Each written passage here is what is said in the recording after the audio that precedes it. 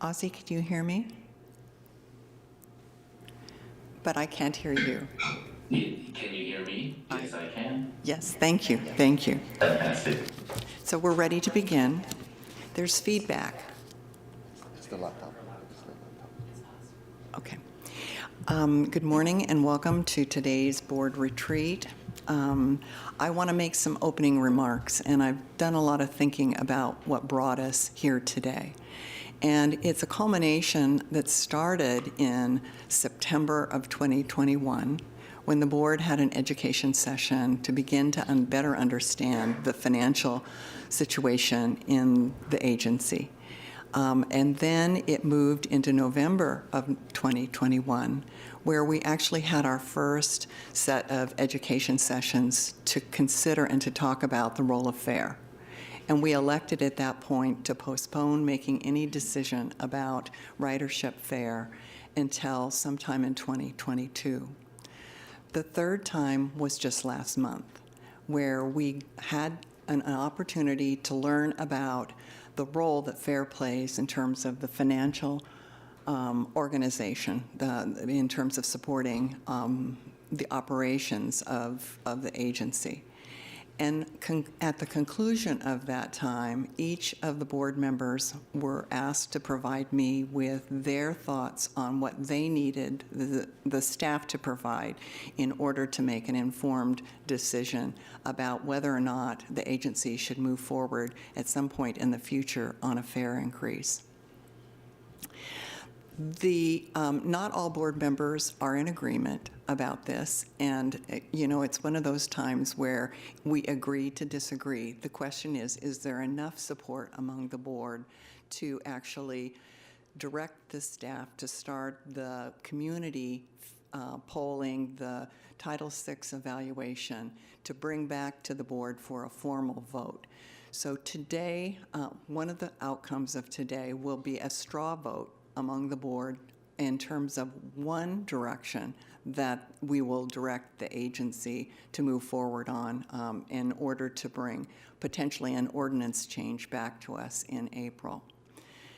Something that you may or may not have noticed in the audit report that we received in October was a statement that in 2023, the operating cost compared to the operating revenue, there was a $200 million, wasn't it, Nancy? Yes, deficit. So there was $200 million less than what it took to really run the organization. And it's finance's role to make sure that we have a balanced budget.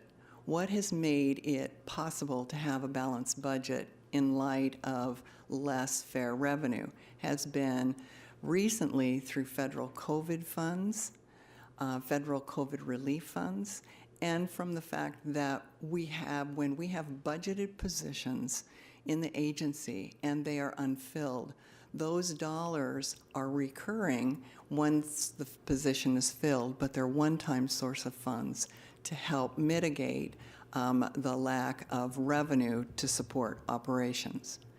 So it's not that we don't have an issue, it's that we've got one-time resources that are plugging the hole between what it costs to operate this organization and the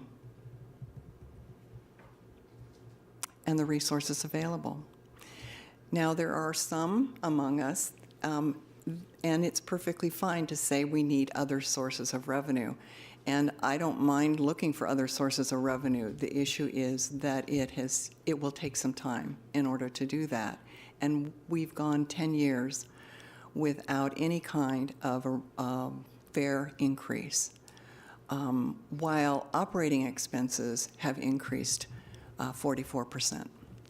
So what brings us here today was that enough board members indicated in the feedback that they gave me to pass on to the staff that there was enough support to consider a FAIR increase at some point in the future.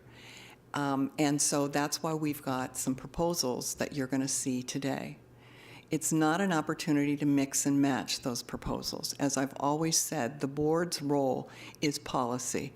The staff, we have to trust the staff that they know what it's going to take to, in order to support the agency going forward. If we ignore the issue right now, it only becomes worse as the time goes on. And so what I've always believed is that you make smaller increments over time as opposed to waiting until you have to make really large incremental changes.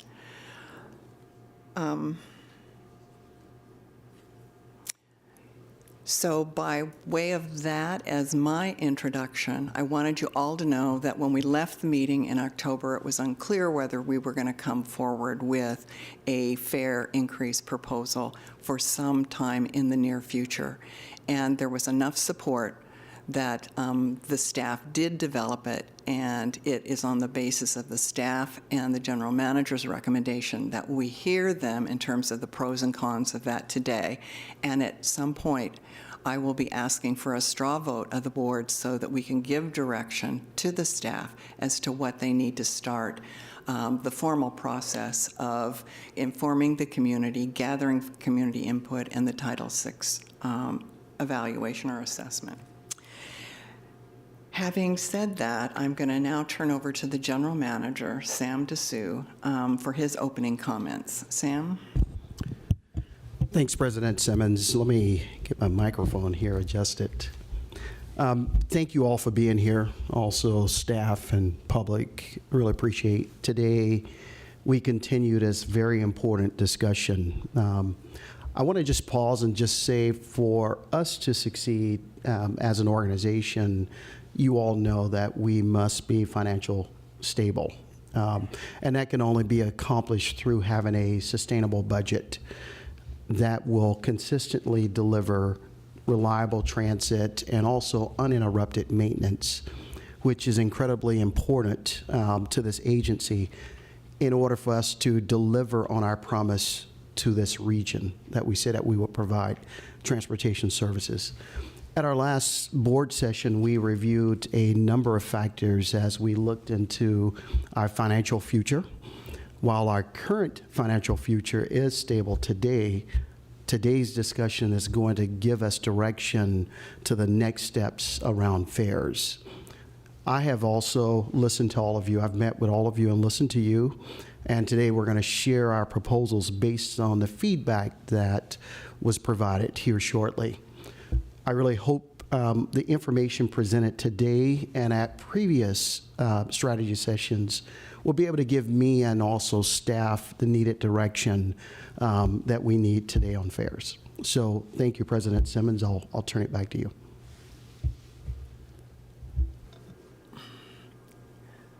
So at our board session last month, we had a review of our finances and role that fares play in them. But today, Nancy Young Oliver, our Executive Director of Finance and Administration, is going to give us a short recap as a reminder for the board as well as to the public.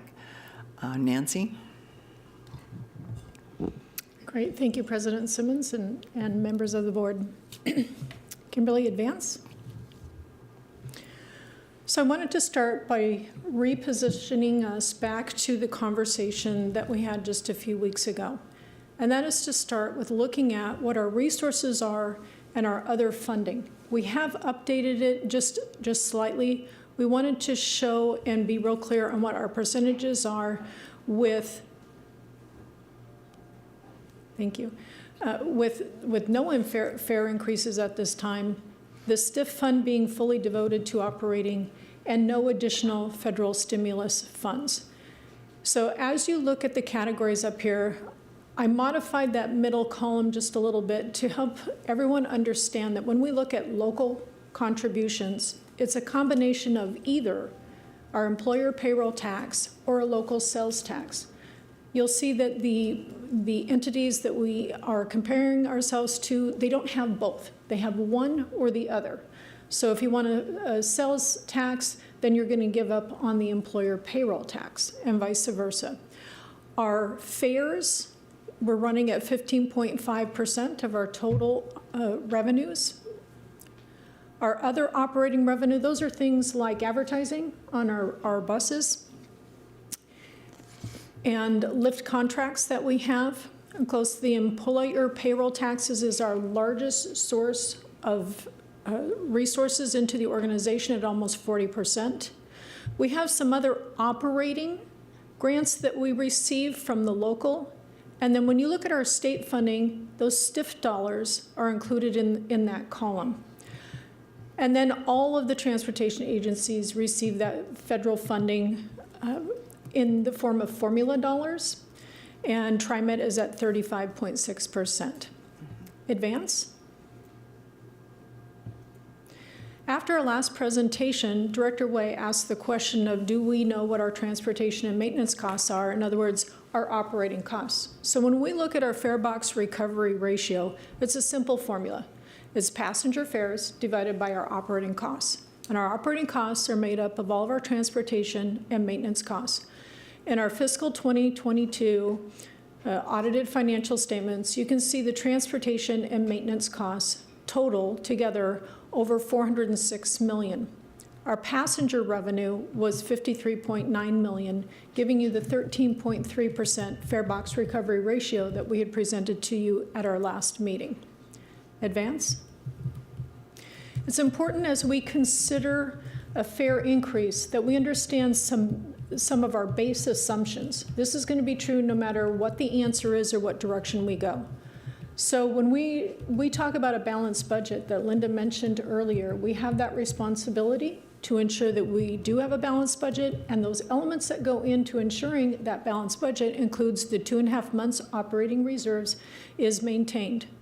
We build in a 3% contingency, and we build our forecast with no expectation that that 3% contingency will be used. That's not always the case, but that's the way we build our forecast.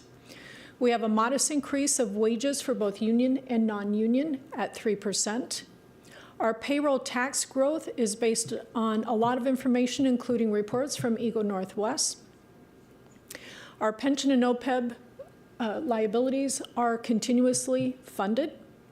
We will maintain the 7.5% senior lien debt limit. That will allow us to go out approximately every 2 to 4 years, depending on the market and depending on the interest rates. And then $50 million in general fund funding per year for investment and capital projects. And I just want to emphasize that's our general fund commitment. Keep in mind, we do have bond proceeds, we receive federal funding, we might receive funding from some of our local partners for those capital projects. But the emphasis here and the key point is we're talking about general fund dollars. Okay? And then no additional federal stimulus funding. So as we talked today, just keep in mind these base assumptions because these do not change. Advance. As we look at the financial impacts of a fare increase, there's a lot of information on this slide here, so I'm just going to take my time to go through it. First of all, you'll see on the left-hand side is what the adult fare increase could be. Our current status, of course, is $2.50 for 2.5 hours or $5 all day. If you look from fiscal year 2024, meaning September of 2023, if all things stay as they are right now with no changes, that includes no service changes, then our revenues over expenditures would be in a positive, is a positive number. But you'll see in fiscal year 2027, we start to hit a deficit. So we're going to take it from 24, 25, 26 and move it forward to cover those shortfalls that will hit TriMet in 2027. So you can see that we're covered all the way through 2029, but by the end of 2029, we will hit a deficit, and if we don't have additional funding, we will be required to take cuts. Staying right where we're at within 10 years, we will be short, have a shortfall of over $307 million. If we were to increase the fares the adult fare by 20 cents, then that means that that deficit, while it still hits in 2027, we have additional funds coming in the door from the passenger revenues that will carry us out, so we won't experience that shortfall until calendar year December 2031. Okay, so we'll get partway through fiscal year 2032. Overall, for 10 years, that's going to reduce our deficit from 107.4 million down to 113.2 million. I'm sorry, 307 million. Oh, no, go back, please.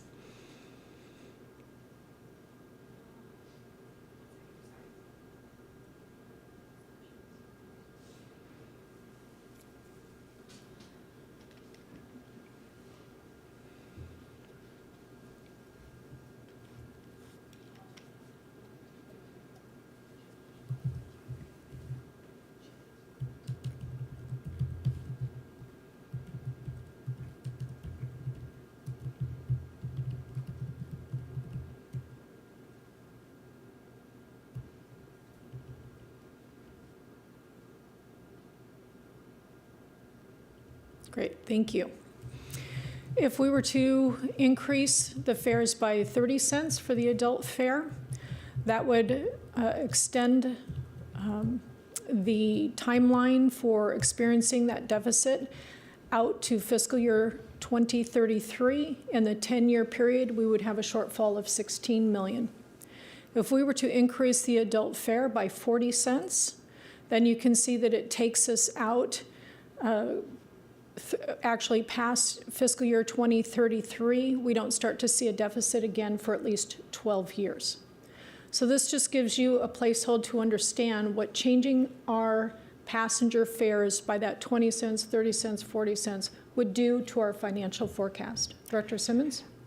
Could you have questions right now? Sure, go ahead. Does anyone have a question? Director Bauman? Thank you. I wanted to ask about the assumptions for this slide. Did you say you assume no ridership changes? That's just on the current line. Other than what we had previously talked about, so we presented to you earlier, Tom Mills did, that we were anticipating a 30% change in our service, 20% is restoration, and 10% was growth in a 5-year period of time. But beyond that, there's no additional significant changes in the service projection at this time. Beyond 5 years? Yeah, just for the 5 years. Okay. That's our 5-year forecast. Okay, Correct. thank you. And the federal money that has come in as a result of COVID and has filled the gap, you assume that that ends when? Yes, so we will have spent down the federal stimulus funds by fiscal year 2025, just shortly into, or shortly. And you into assume no additional funds Correct. of that nature? No additional federal stimulus funding coming in. Okay, thank you. I have a question, and then I'll look, and then Director Way. This assumes that there would only be one increase for the next 10 years, right? No, this is a 20-cent increase every other year, Okay, or a 30-cent increase every other year, Okay. or 40-cent increase every other year. that's helpful to know, yes. Yes, thank Because today, we're only talking about You're only one. talking about one. Right, Correct. okay. Director Way? Thank you. Excuse me. I do want to follow up on Director Simmons' point, Director Bauman's point about the ridership assumption. So this is assuming that ridership will not increase, that it will stay the same? So again, we've got our 5-year plan in there, which is a restoration of 20% and then expansion of 10%. And then after that, we just have no significant increases in ridership, but just our general, year over year slight increase. But in the next 5 years, we're looking for a significant increase in ridership. Okay, and I'm sure, and that's based off of analysis. What are we basing that off of, the 5-year increase in ridership? It was part of the study that we have that's going on now, the CSA and Jarrett Walker's conversations with us. Okay. Thank you. And then just on this slide, I do appreciate this. So is it fair to say that, you know, even when we do increase fares by the 20, 30, 40 cent scenario, we will still have a deficit? Correct. For our agency. Okay. Thanks. The only one we wouldn't have a deficit would be 40 cents every other year. Is that correct? At least until 12 years. For 12 years, we wouldn't Yes. have a deficit. Okay. And if we didn't have the federal COVID Stimulus. funds, and if we didn't have vacant positions that we could repurpose those dollars temporarily until the positions were funded, we would be in a lot worse situation than we are right now. Yes, we would have. So those federal stimulus funds allowed us to provide more service than we would have been able to otherwise. Now, we took a drop in service, okay, and part of that just due to the lack of operators. But our ridership decreased significantly more. That stimulus funding allowed us to pay for that gap in there so that we could continue to provide service on all of our lines, regardless of the ridership levels. Because normally if that ridership gets down too low, we sit back and we have to consider whether or not we should stop that line or reduce the service on the line. It allowed us to continue with that service. It allowed us to keep our operators and not have to lay anyone off. Okay. Thank you. Are there any other questions on this slide? Ozzy has a question. Ozzy, the floor is yours. Thank you very much, President Simmons. I have a rather naive question, but I think it serves us all well just to be able to hear out loud what the response to this is. Nancy, what is the issue with operating at a deficit? I feel like we live in a country that's at a deficit, and it's been so for many years. What happens to our agency if we begin to operate in a deficit? So there'll be a number of things that shut down because we have to have the resources, we have to have the dollars to pay payroll, to pay our operators, to pay all staff. We have to have funds to be able to maintain our system, to keep our system safe and secure. All of that requires funding. We cannot operate in a deficit. We have to be able to have the money to pay our bills. So it will require a reduction in service, a reduction in staffing, pulling back on everything that we're providing throughout the TriMet footprint if we do not solve our funding deficit. And we can't wait until the deficit hits us. We need to be proactive here and get things in place and moving so that when that deficit comes, we are prepared for it. This is part of the reason why we pulled back. Each division, each executive director pulled back in their spending, reevaluated all of those, is travel necessary? What training is necessary? Can we get it local? What can we do to pull back on our funding? Because we are trying to do our part too to increase our fund balance. That was a planned response to the upcoming deficit, so we can move those funds out into the later years to cover the upcoming deficit. But there does come a point where it runs out. Just like the stimulus funding is running out, there is no more stimulus funding. We can keep cutting back, but then you get to a point where it's like, okay, we're not going to expand at all. We will have to start pulling back in the service that we're offering if we don't address the deficit.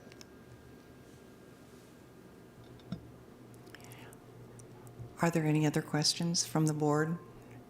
Hearing none, please proceed, Nancy. Great, thank you. Advance. I wanted to bring us back to this slide as well that shows total resources compared to both our system and operating costs. So you can see that in purple, this is our total system cost. So that includes the cost to operate the system, but it includes legal, HR, finance, IT, capital, our capital staff. The blue line, I think it's the light blue line, is our total operating costs. You can see that our operating costs are increasing while the green bar is our passenger fares that we received, and you can see that they are decreasing. They actually started decreasing in 2015. This is a direct reflection of our passenger fares not increasing during that period of time. Advance.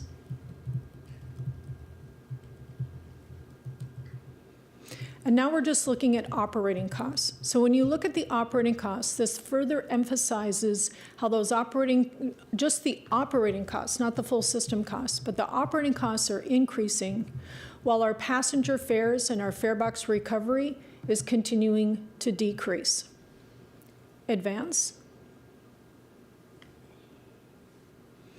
As we look at our fare box recovery ratio, in the earlier slide, I showed you the calculation for the 13.3%, but this just emphasizes that back in 2013, 2014, we were reaching almost 40% in our fare box recovery ratio. And now we've dropped down. The lowest was 9.9 in fiscal 2021, a direct reflection of COVID. We're creeping back up. We're now at 13.3. But without a fare increase, we are unable to reach a fare box recovery ratio as we have experienced in the past. Advance. And this slide just emphasizes and shows the change in our fare revenue, emphasizing that there hasn't been a change since fiscal year 2014, and those operating costs continue to grow. Advance. We pulled this forward from a previous slide. I know that you saw it approximately a year ago. TriMet staff update this table approximately every 3 years to make sure that it's current. What this shows us is that TriMet, compared to the majority of other transit entities that we have on the screen, is that we have a lower adult all-day fare, a lower honored citizen monthly fare, a lower low-income fare monthly fare, and a lower youth monthly fare when compared to other transit entities. Advance.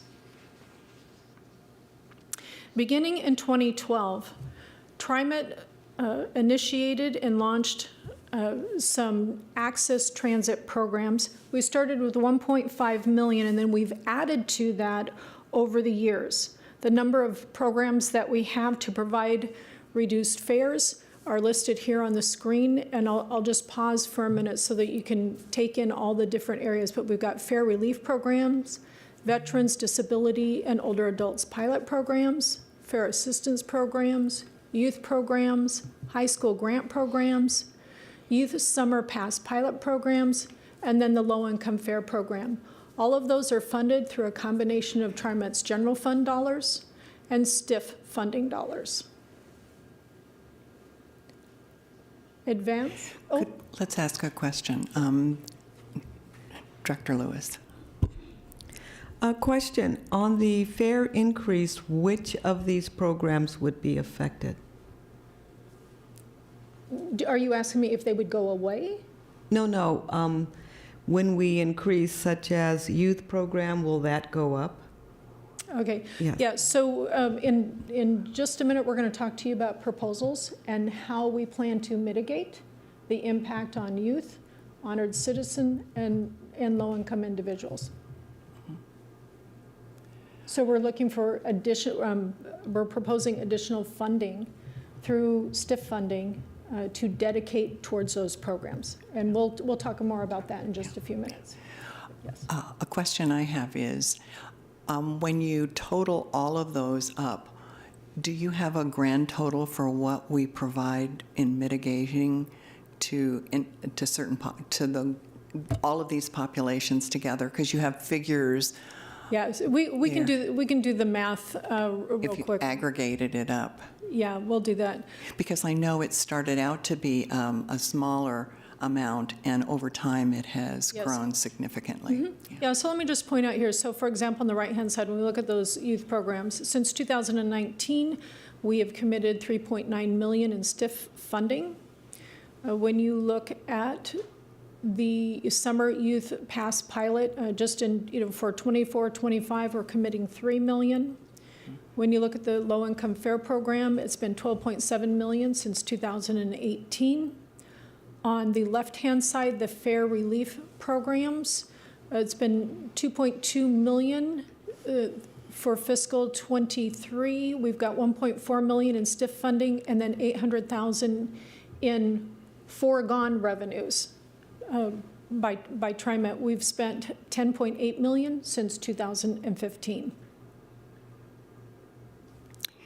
That's helpful, thank you. Are there any other questions? Yes. Thank you, Nancy.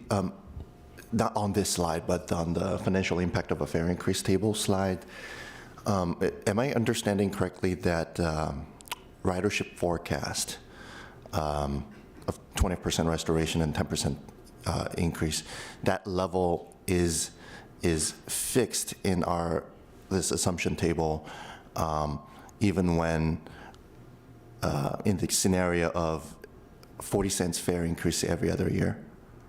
So for instance, 40 cents fare increase every other year, I'm thinking, so every other year, 250 goes to 290 and so forth, right? So after, let's say 6 years, so 3 times of fare increase, at that fare level, we're assuming that the ridership would remain flat instead of decreasing. No. And in fact, when we get into our proposals, I'm going to talk a little bit more about that. But generally, when you raise fares, you have a deflection rate of about 1%. Okay. And then ridership goes back up. So you always take a little bit of a dip, and then it goes back up. And then we have just a modest increase in our service and our ridership going back up closer to pre-COVID, but just on a slower pace, but no big increases like we're proposing for the next 5 years. Got it. Thank you. Go ahead and proceed. Thanks. Okay, so Kimberly, if you can take us down, I think that was our last advance. There we go. So we're to questions and discussion, so I'll pause here. Linda, and turn it back to you. Okay, I think we had our questions answered, so thank you, Nancy, for your presentation, and thank everybody for your questions. There was a lot of discussion at our strategy session and in October, and the staff took a lot away that have informed the fare proposals this morning.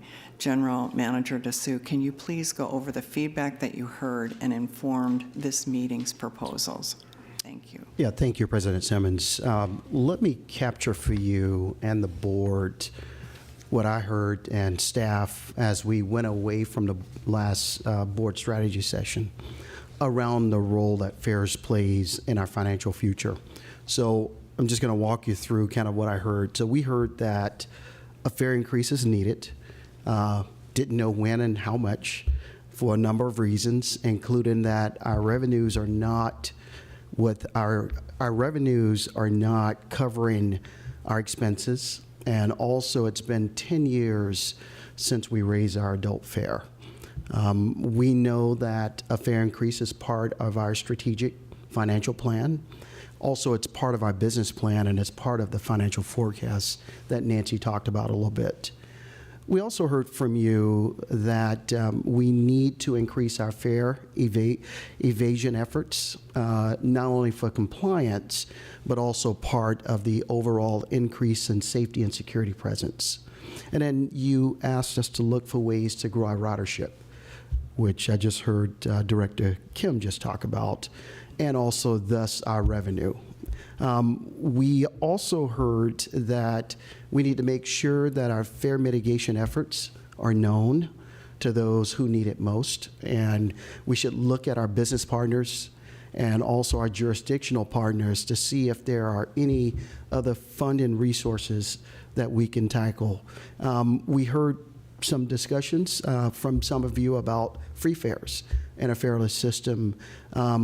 As I talked through with some of the board members, there wasn't a lot of support there, but I want to just bring it forward that I heard it.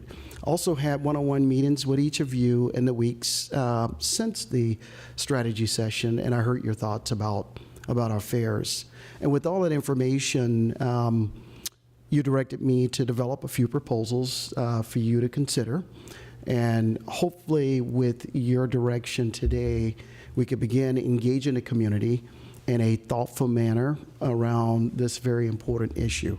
So with that, I'm going to ask you, Nancy, to go over the proposals.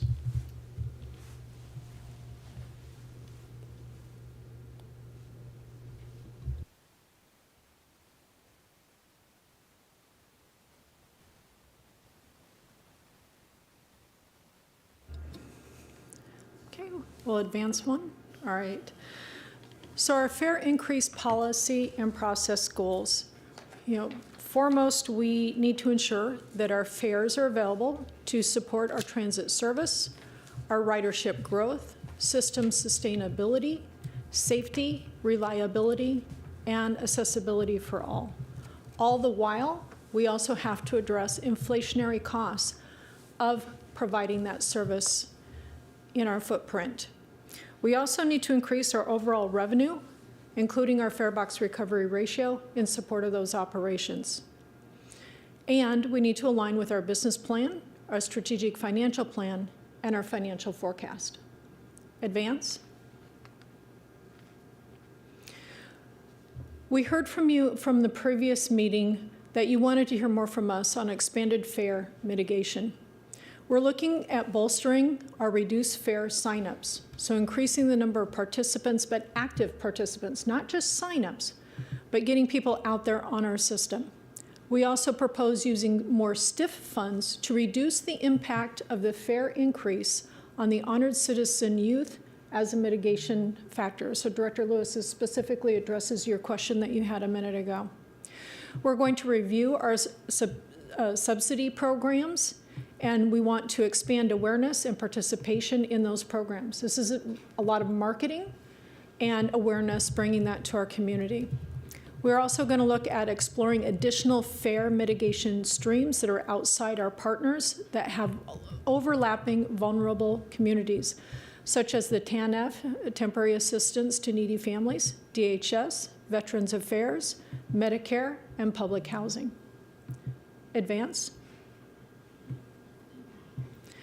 When we look at reducing fare evasion, we're looking at increasing our customer safety supervisor positions to increase visibility and overall compliance. We currently have 37 customer safety supervisors, and if Andrew gets his way, we will be doubling that number. We will also increase in fare inspection activity. It's important to understand, too, that when you look at our customer safety supervisors, they have more than just, fare inspection activity. They also have to look at compliance. And that's a huge factor. So even if you were to do away with fares, those positions don't go away. Okay? We're going to develop and put into play a campaign to remind people to pay their fare. And we will do that campaign by March 15th of 2023. We will also be conducting a fare evasion survey for the spring of 2023.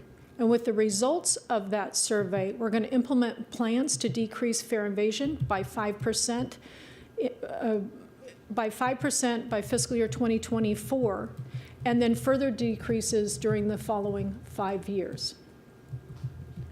Advance. We'll look at building ridership. We've always been looking at building ridership. This is nothing new for TriMet. So we're looking to improve our on-system customer experience with a combination of increased safety and security efforts while maintaining the cleanliness on the system. We'll look at improving the usage of all of our fare programs, the Access Transit, Reduced Fares, Employer Pass. It's not just enough to put a pass in the hands of an individual. We want to make them active riders on our system so that they are actually utilizing that benefit. We'll improve our overall marketing efforts to attract riders back to TriMet, looking at the nature of our marketing. And one of the other pieces to building ridership really is dependent upon our employers in our footprint. If they continue to go with a remote work policy, and employees remain at home working from their homes, it's going to be tougher to get folks back out on our system. However, of recently, more employers are asking and requiring their employees to come back a number of days in the week to in-person at the work location. This will have a significant impact on our ridership as well. And as employees look at it, if it's just 1 day a week, they might be willing to justify, oh, I'll just drive once a week because it's only once a week. So once you get to about that 3 days a week, then the thinking is like, okay, now it's 3 days a week. So now that will help get more employees back onto our system. So some of our building ridership, we're watching those employer policy decisions very closely. Advance.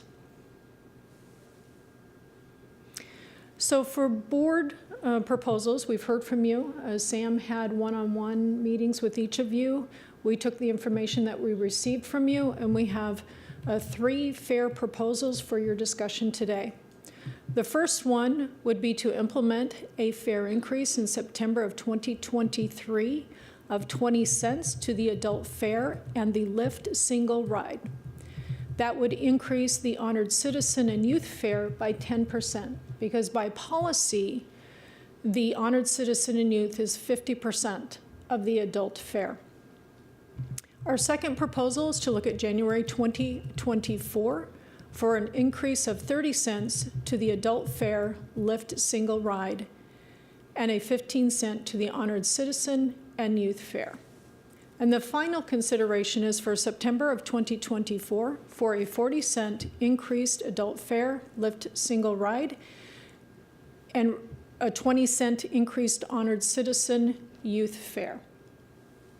Advance. When you look at that, just to recap, and just looking at a 1-year increase, if you were to increase it by 20 cents, and as I mentioned earlier, there's always a deflection rate. Whenever you increase your fares, you're going to see a drop of approximately 1%. So we anticipate that if we raise fares by 20 cents, we're going to receive an additional 3.2 to 4.1 million, just depending on what's happening in our region, how quickly employees get back to in-person work. At 30 cents, it would be 5.1 million, and 40 cents, 6.9. Advance.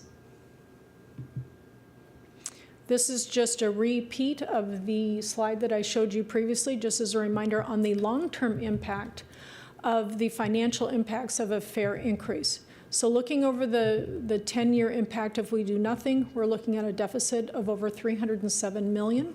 If we raise the fares by 20 cents every other year, we'd be looking at $113.2 million in 10 years. A 30-cent increase every other year, we would be looking at a 16 million shortfall. And a 40-cent increase every other year makes us whole out to about 12 years. Advance. When we look at the pros and cons of a fare increase, when we look at September of 2023, some of the positive things is that the sooner we implement the fare change, the sooner we collect that additional revenue, and it establishes a return to raising fares after having taken a decade off. Now, we have some challenges with that.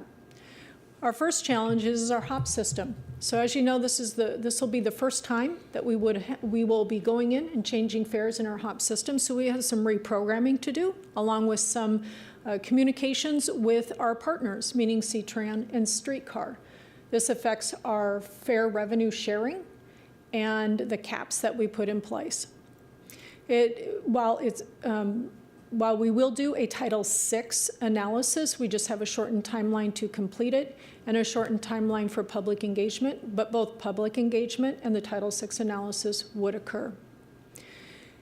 A September 2023 increase would impact primarily essential riders and transit-dependent riders who are predominantly riding.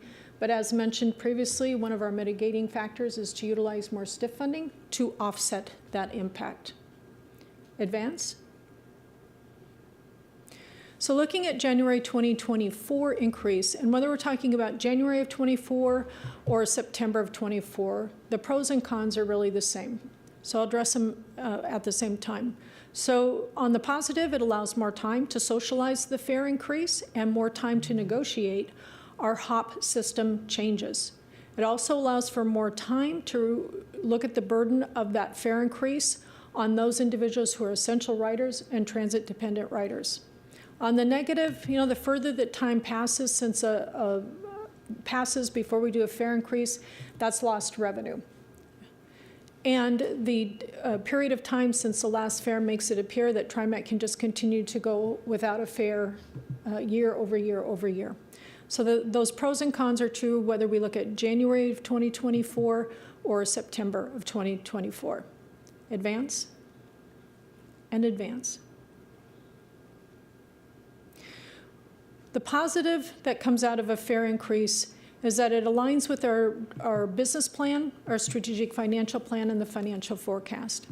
It brings in additional funding that we need for our system as a whole, and that also includes looking at our state of good repair projects, maintaining our system, keeping it running, keeping it safe and reliable, helps us keep pace with the increasing costs of fuel, wages, and overall business costs.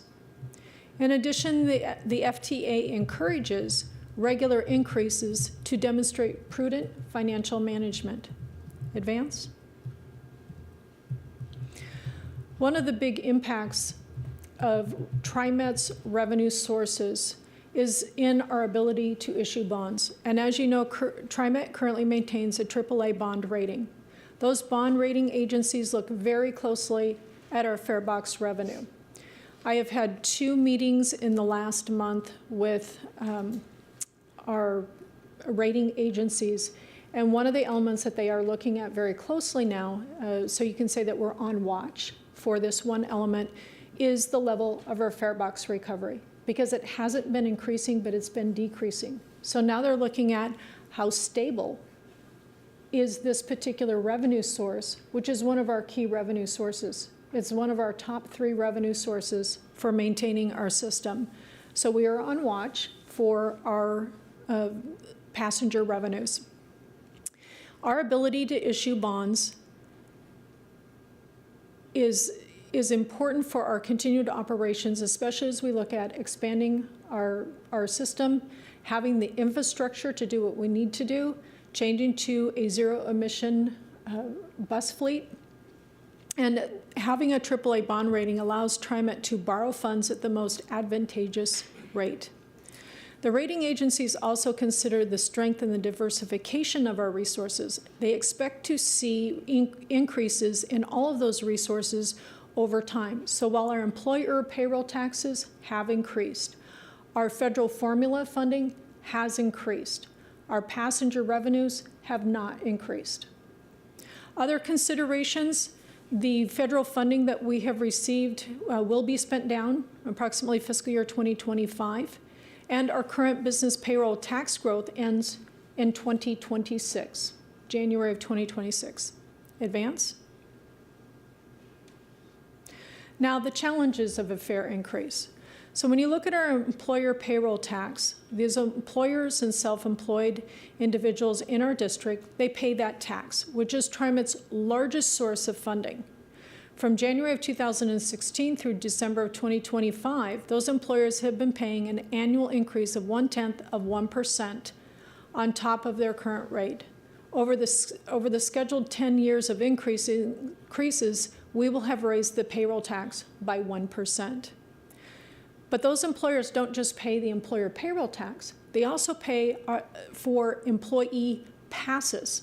So they pay what we call our institutional accounts. So raising fares could also place a greater burden on those who are already paying an increase in the employer payroll tax. Even with the discounts they receive, they may choose to opt out of the program. Advance. House Bill 2017 funding. So employees throughout the district have been paid the employee payroll tax of 0.1%. This is a dedicated funding stream for specific projects. And you're all very familiar with this because you approved the plan. So what we are looking for in our House Bill 2017 funds is to utilize more of that funding to offset the impact of a fare increase to those most vulnerable. Our ridership is down approximately 40%. Increased fares could discourage use. However, as we talked about, we're looking at using some of those STIF fundings to mitigate the cost and the impact of a fare increase to those most vulnerable. Advance? We also have some HOP system considerations. So this will be our first change in the HOP system, and the technology changes are going to need to be made on a number of different fronts. And then there's always those things, the unknowns. We've not done this before. We might encounter some things that we had not anticipated, but the reality is we're going to have to go through it at some point. But there are considerations here that staff will be working on. While many community groups have asked TriMet to go fare-free, we do not believe that it is feasible, nor in the best interest of TriMet and the system and our community, to go to a fareless system. Vance?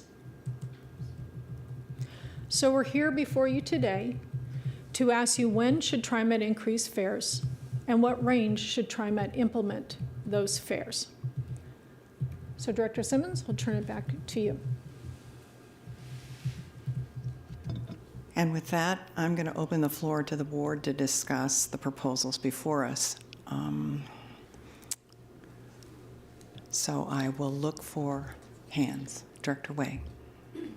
Thank you. I have a question. So on this last slide, the 20-cent increase, 10-cent increase, I think for folks who might be listening or watching, that might not be, huge changes, but it's hard for me to understand what the impact will be on a regular transit user if they have a monthly pass or if they're, taking X amount of trips.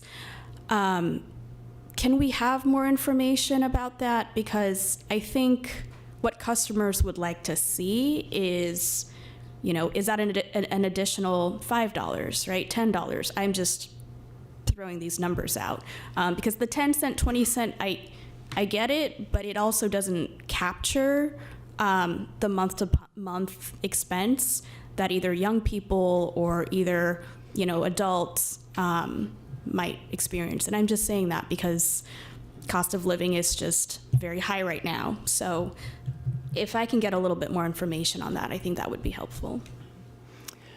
Director Edwards. Thank you. And maybe you covered this earlier, but I might have missed it or heard it in a different way. With these assumptions, will the fare box revenue percentage still remain the same over that period of time at 15.5? So we're currently at 13.3, and we're looking with the increase, fare increase, that would increase, even slightly, our fare box recovery ratio. Okay. Thank you.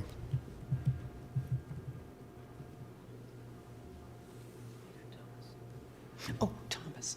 It's because you're sitting next to me. No worries at all. I always forget. Thank you. First of all, thank you for everything here. As I think about fare increase, I'm just taking a step back, thinking about fare revenue as a whole and how it would or should tie into TriMet's overall revenue development strategy, right, to the extent that we have one. I think it should or could be in another conversation with the board members, more conversational piece, like, hey, what is our agency's overall strategy when it comes to development, revenue development as a whole? And I don't have any concrete items to add to that conversation at this point in time, but I'm just, as I, think about, what should we do? What should be our next step? I'm just taking a step back and wanting to tie this back, right? And I know our general manager mentioned that this fare increase is actually a part of our business plan, and that makes sense. It's been forecasted, built into our financial forecast, and this is how we've been operating. Perhaps likely this is how many other similar agencies operate as well. But I would love to point to our revenue development strategy and say, look, board members and the members of the public, this fare increase is in complete alignment with where we're headed. And so this is needed. There's no discussion needed here, right? So because we've already decided on the direction we're headed to. And then I also think that in future years, when we're no longer here and there are new board members here, as they look to that overall revenue development policy that has been developed, they can go, as they face a similar financial conversation about potential fare increase or not, or what their revenue streams look like, instead of a la carte piecemeal revising portions of revenue streams, perhaps they can say, look, we're going to pivot our direction as a whole. So that's my first thought, is that, hey, can we have concurrently with this or after this or perhaps even before this decision, can we think about our overall strategy as a whole? And I don't say that only to postpone my decision on this, because that's not what I'm doing. I will straw vote, yeah, I'll have a vote. But I think, as we think about our time here, all of us board members, and time after, we serve here on the board, I think we'd be proud of ourselves when we've contributed not as a passive, reactive fare increase, but rather proactive measure approach to agencies' financial health, sustained health. So that's my thought. Thank you. Thank you. Director Bauman?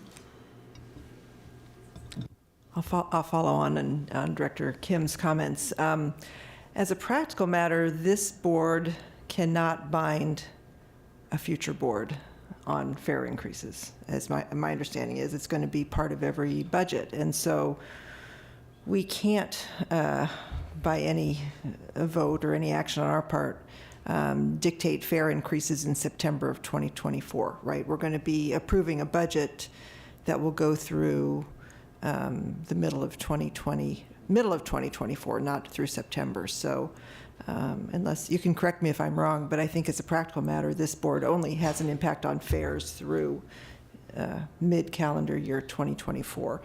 So I'll say make that. Is that incorrect? I was just going to note that we have and do frequently take board actions that have impacts in future years. Mm-hmm. So we can do that. But you're right, the mechanism for approving the money, but this would be a revenue coming into the agency rather than an expenditure under Oregon budget law. Right. Yeah. But so you could do an ordinance in the spring that would, I mean, and we've done that in the past because we need the time to get ready for a fair increase, marketing it, making the changes that Nancy described. So you could do it. So there could be an ordinance that would indicate a fair increase after the middle of 2024. Correct. And then you're right that the board again would approve a budget that would include in the budget assumptions and the financial forecast an increase. Okay. That's helpful. In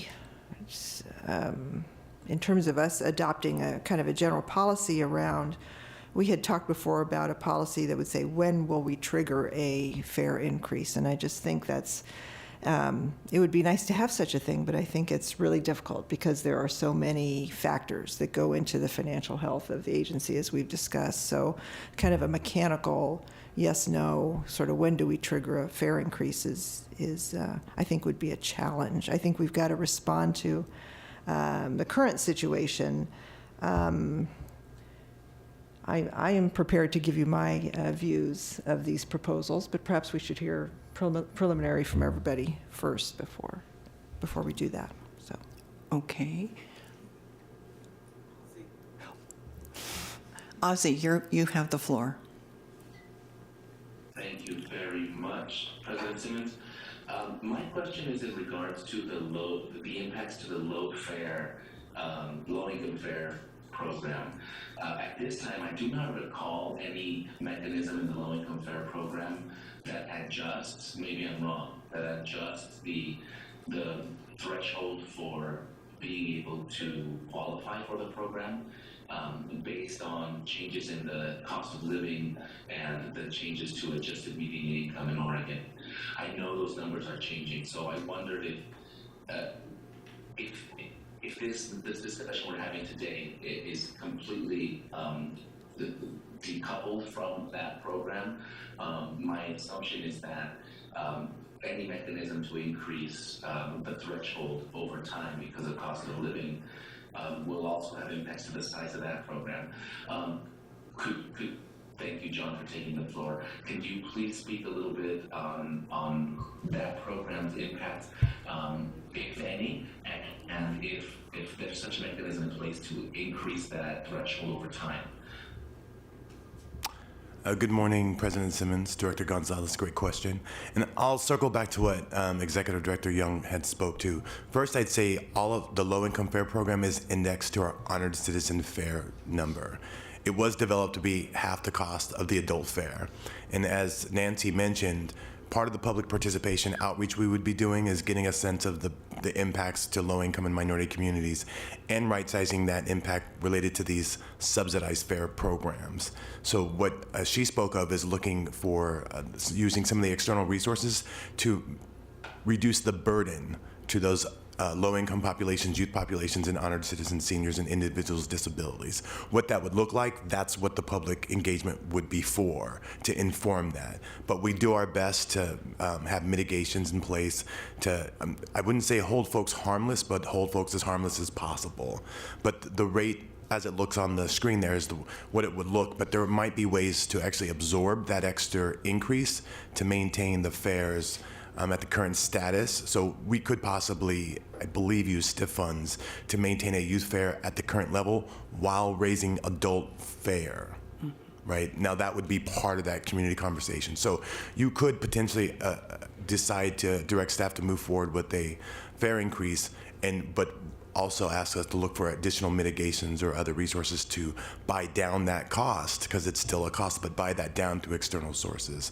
And that would be the conversations we would have with the community over the next few months. John, I might have misunderstood Ozzy's question, but I was under the impression, and Ozzy, correct me if I'm wrong, that you were talking about changes to thresholds to qualify for the low-income fare program, because right now it's 150% below the poverty line. It's up to 200% of federal poverty, and so we have a low-income fare policy that exists. So as the federal poverty rate increases or changes, that's how it's indexed. It's not localized. Okay. And that's why we use TANF and Section 8 and other state and federal social service programs to qualify. Because I thought Ozzy was saying if more people will qualify because of changes in the standard, will there be more money available to support the low-income fare? Is that what you were asking, Ozzy? I didn't hear that. Yes, that's where I was going. President Simmons, thank you for the clarification.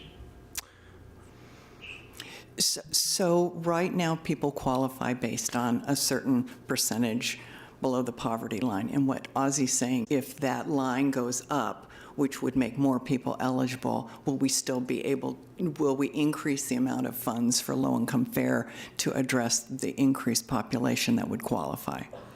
I think it would be a good place to be, to have so much participation as one of the strategies Nancy mentioned earlier, that we needed to set aside even more resources.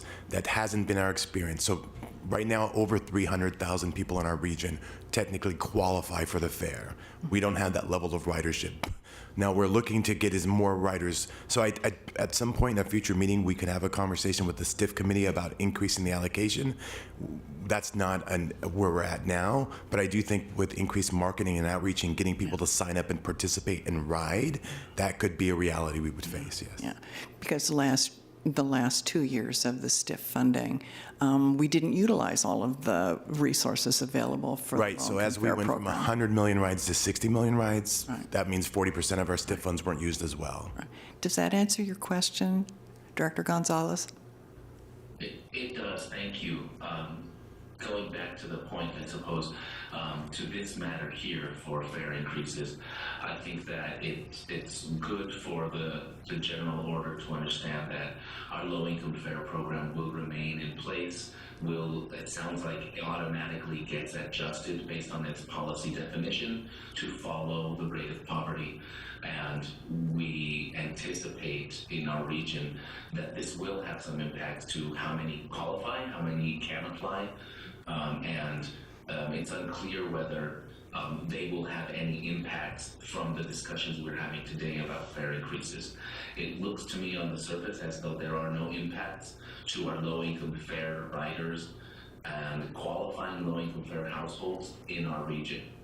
That gives me great comfort if that is indeed the case. Could you just clarify, John, are we in a position where these discussions of fare increases do not present any immediate direct impact to the low-income fare program? What I would say, Director Gonzalez, is that staff will have to work with the community to mitigate those impacts. So anytime you increase costs, it affects everyone, and I think that's what everyone's been speaking of. So for example, if we suddenly enrolled 50,000 riders into the low-income fare program, that would be very expensive, and it would impact our budget and our ability to provide that mitigation. Now, I think I would caveat, at some point we would probably have to go back to the STIF committee and ask for a greater share of the STIF funding to cover that subsidy. But as it stands now, we do have the ability to mitigate the current level of ridership and participation in the low-income fare program, and I would say up to even more riders. There is a threshold, but I think we're a few years away from hitting that in terms of participation. Thank you. Nancy? President Simmons, I do want to clarify something that you said in your opening remarks about the $200 million, and I just want to clarify for everyone. Our audited financial statements have come out that will be posted to the website if you don't have them already. But just purely looking at for fiscal year 2022, our operating revenues were $77,703,000. Our operating expenses were $760,566,000. We have an operating loss of $682,863,000.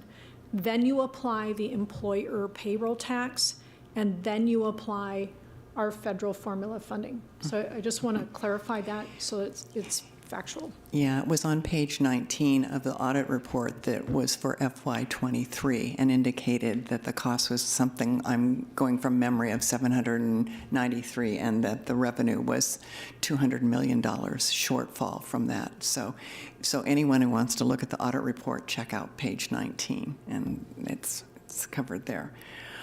Okay. Director Kim? Two thoughts. One quick comment in response to another board member's comment earlier. So as I think about that, revenue development strategy, I'm thinking less so in terms of binding future agency, future board rate. I'm thinking more of how our previous ordinances were in place and have impacted us.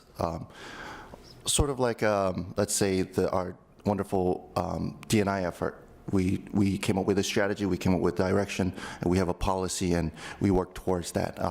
So that's what I'm thinking. And for that sort of a strategy, I'm not thinking of anything extraordinary here. It could literally be us as an agency, us as a board, acknowledging and agreeing that our strategy is that fare revenue be a catch-all when it comes to meeting all of our spending needs, so that it will continue to match our needs, and so that it would go up. It could be anything like that. So I just wanted sort of a overarching strategy for us to point to. When it comes to the question at hand today, thank you for the limited scoped questions there. As for me, it would be the smallest.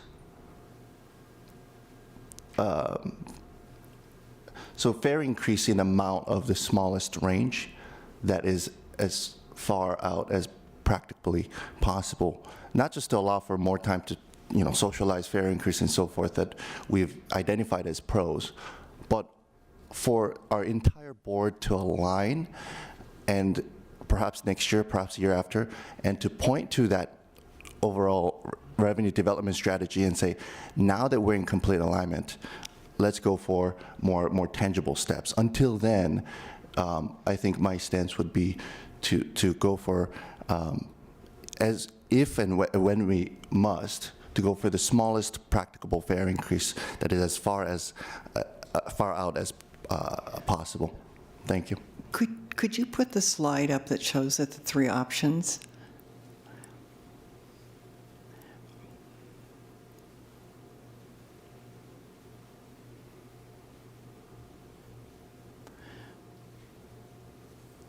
Yes.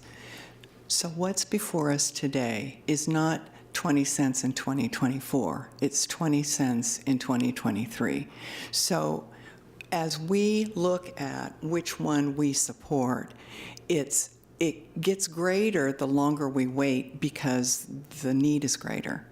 And so we're really looking at, would you support 2023? Would you support January 2024? Would you support September 2024? And whichever one you did, that's the increase that you're supporting. Right, that totally makes sense to me as for what we're seeking here. Yeah. But again, my, response number one is,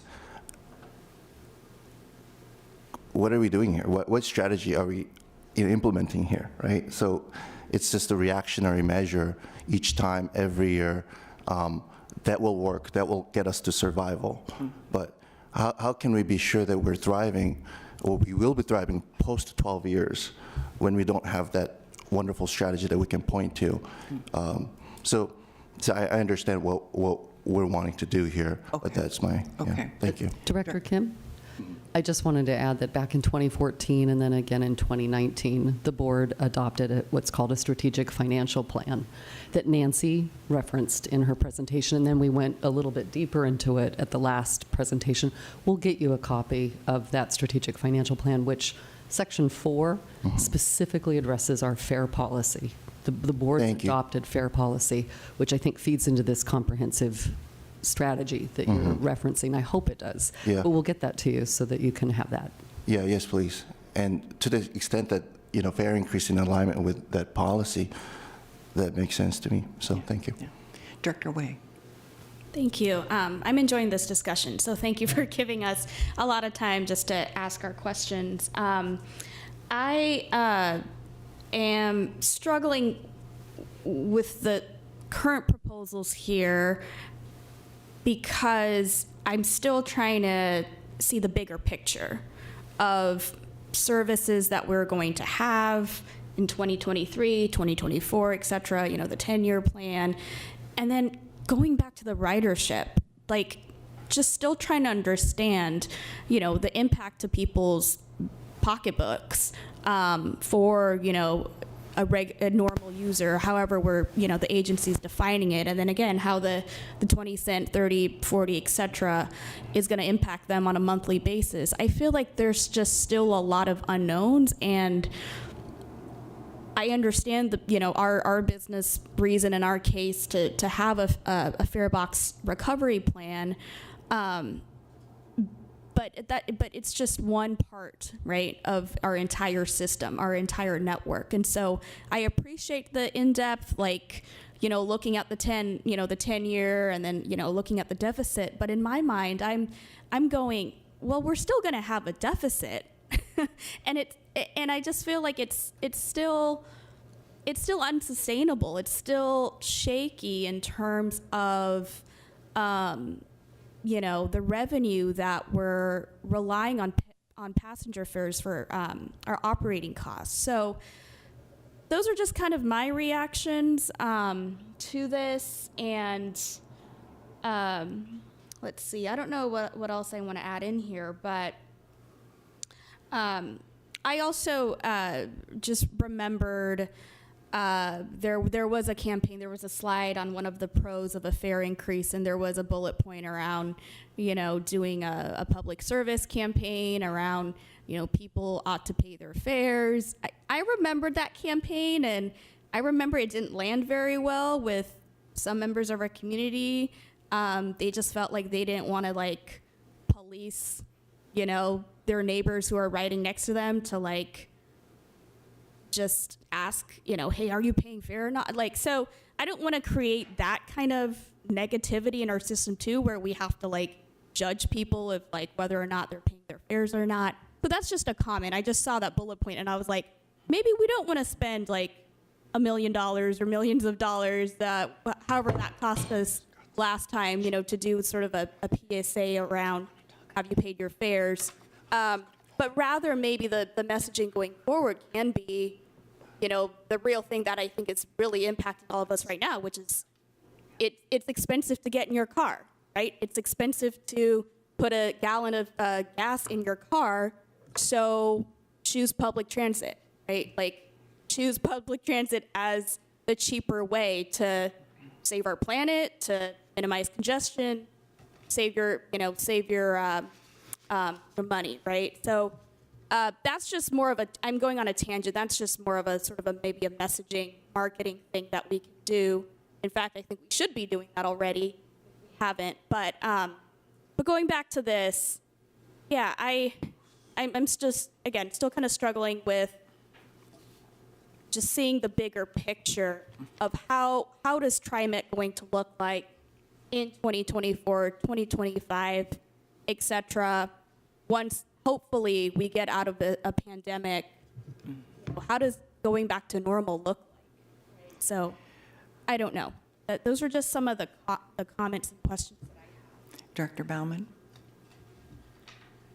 I really appreciate Director Way's comments. I'll just say real quickly, I do think a marketing campaign could be positive. And this is what I've been mentioning to Sam, which is I rely on TriMet. I love TriMet. I'm proud to support it. I'm proud to pay my fare, do my share. And I do think that's a positive message we could use to remind folks that this is part of their obligation. If they love the system, they need to do their part to support it. And to me, that's a positive message as opposed to a kind of a shaming message, which I agree we want to avoid.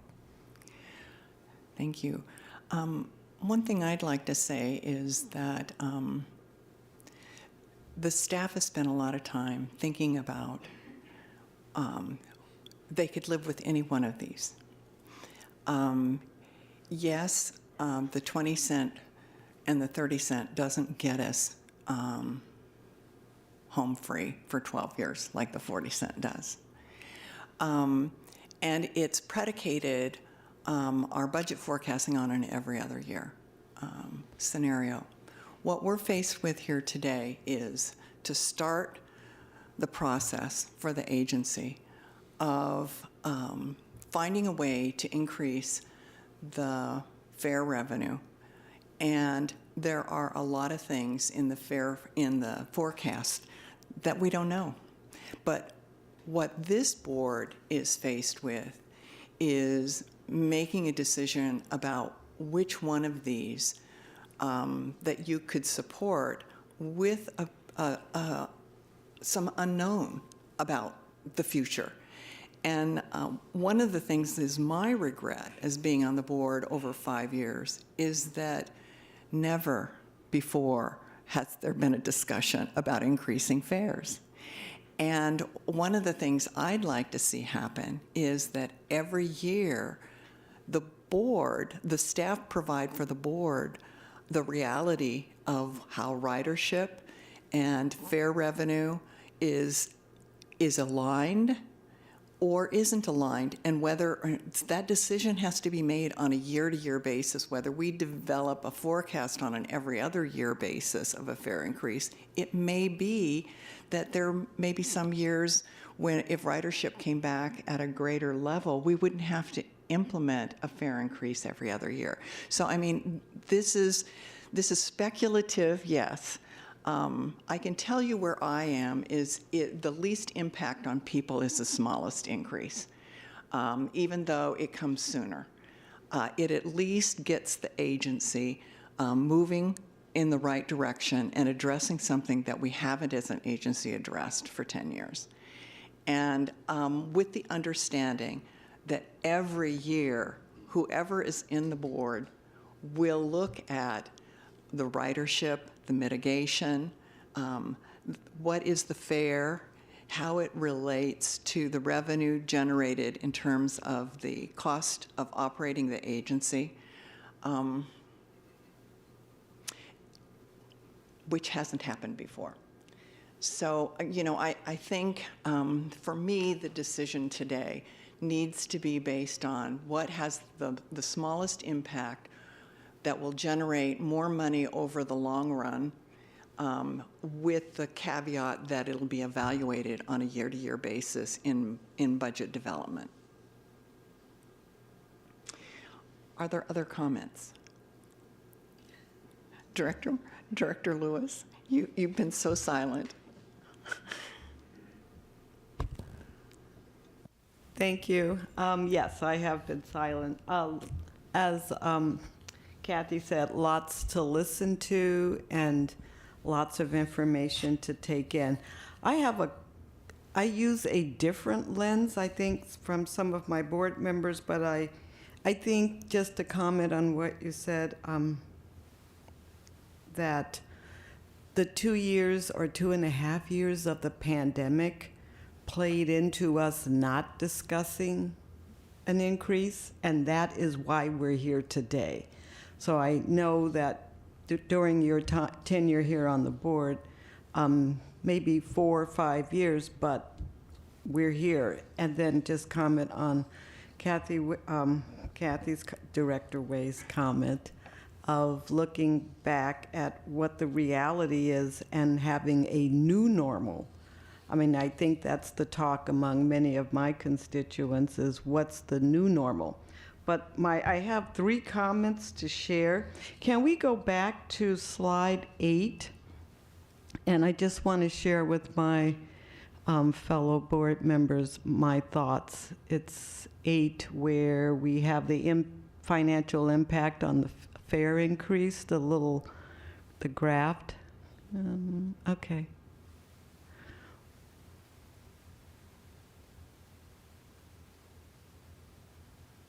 One more.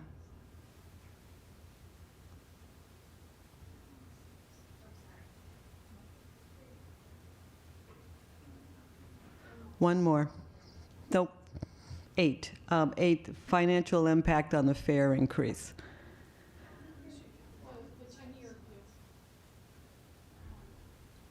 Okay, that's okay. We see it on our laptops, but anyway, what scares me and what I want to point out is the line that has our current on their adult fare increase and where we are, if we stay where we are with no increase.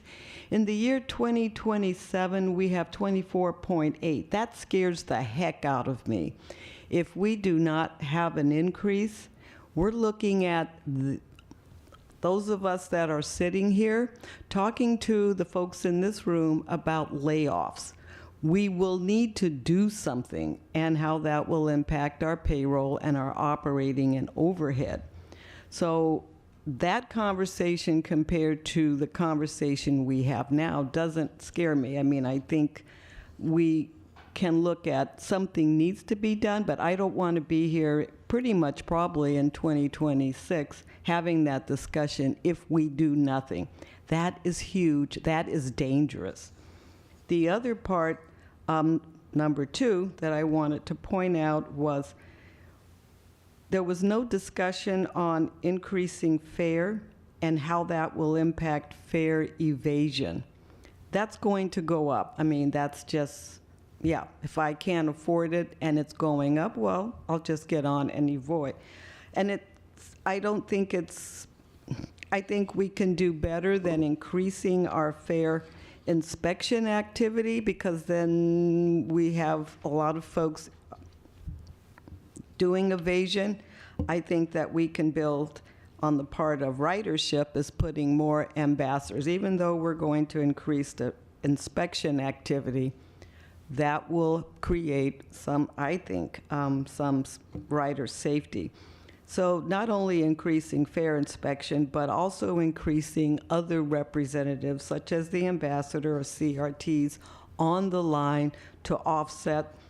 Because true, you avoid fare, but then you see this huge explosion of fare inspectors as if we're anticipating that there's going to be. So I think some balance there is important.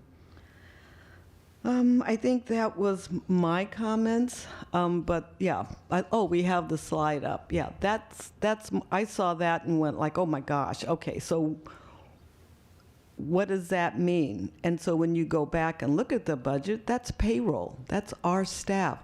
That's buses and lines that are going to have to discontinue because we haven't done or looked at in an effective way how we're planning to move forward. And that discussion will be upon us soon than later. Mm-hmm. That's it for Okay, now. thank you. I think, and Ozzy, do you have any further comments that you'd like to make? Thank you, President Simmons. I was just thinking through what I'm listening to. I know that we're going into a straw poll today, and it's not a formal decision.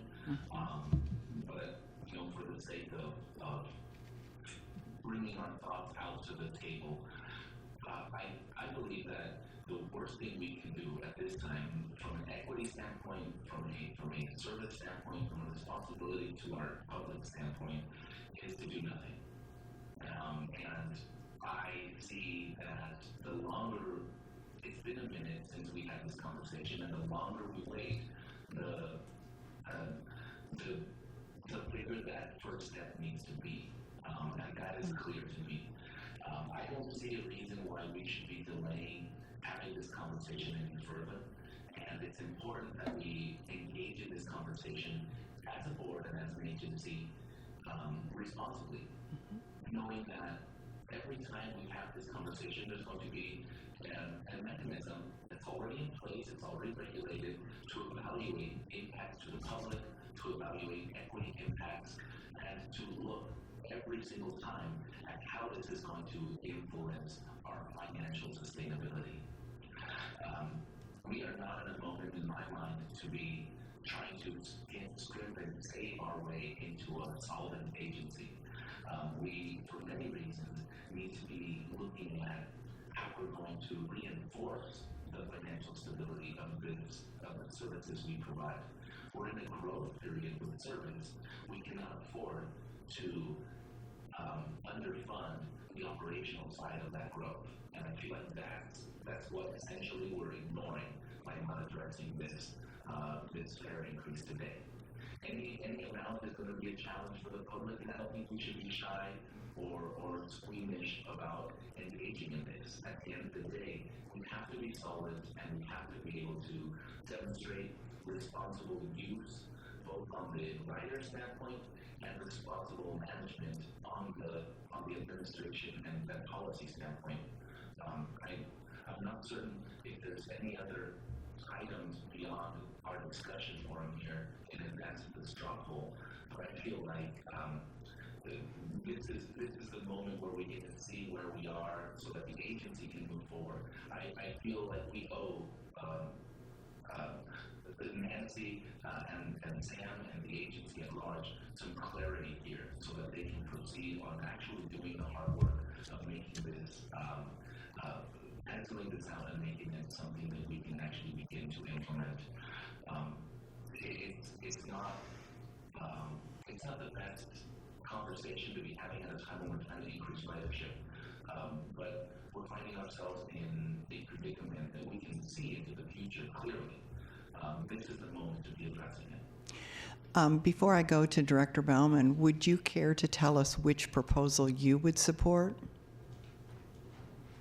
I have no problem with that, President Simmons. I believe time is of the essence, so my inclination is to bring something sooner. And I believe the smaller jump sooner is the best way to begin this process and go through the motions of the Title VI review, of letting the staff figure out how to implement this. We begin to look at the impacts of low-income fare. We need to be exercising our muscle in this area so that we are better at looking at what it means to increase it at any level and what it means to bring that to the public. I think it's worth doing that sooner, and if it means we bring a smaller increment sooner, we begin that process. That's what my support is leaning at this time. Thank you, Director Gonzalez. Director Bauman? Yeah, let me make a few more comments. I think about this, I want to think about it both from TriMet's requirements standpoint and from the customer experience standpoint. And I think Director Lewis really succinctly described the TriMet requirements issue, this prospect of our revenues being outpaced by our expenses in just a few years. But let's talk about from the customer standpoint. So I've talked in the past about folks in the community who are on fixed income, and that includes people who receive Social Security benefits, and that would be people with disabilities and seniors. You know, we don't want increases in our fares to outpace increases in those benefits, and I believe that this proposal with the smallest increase in fares avoids doing that.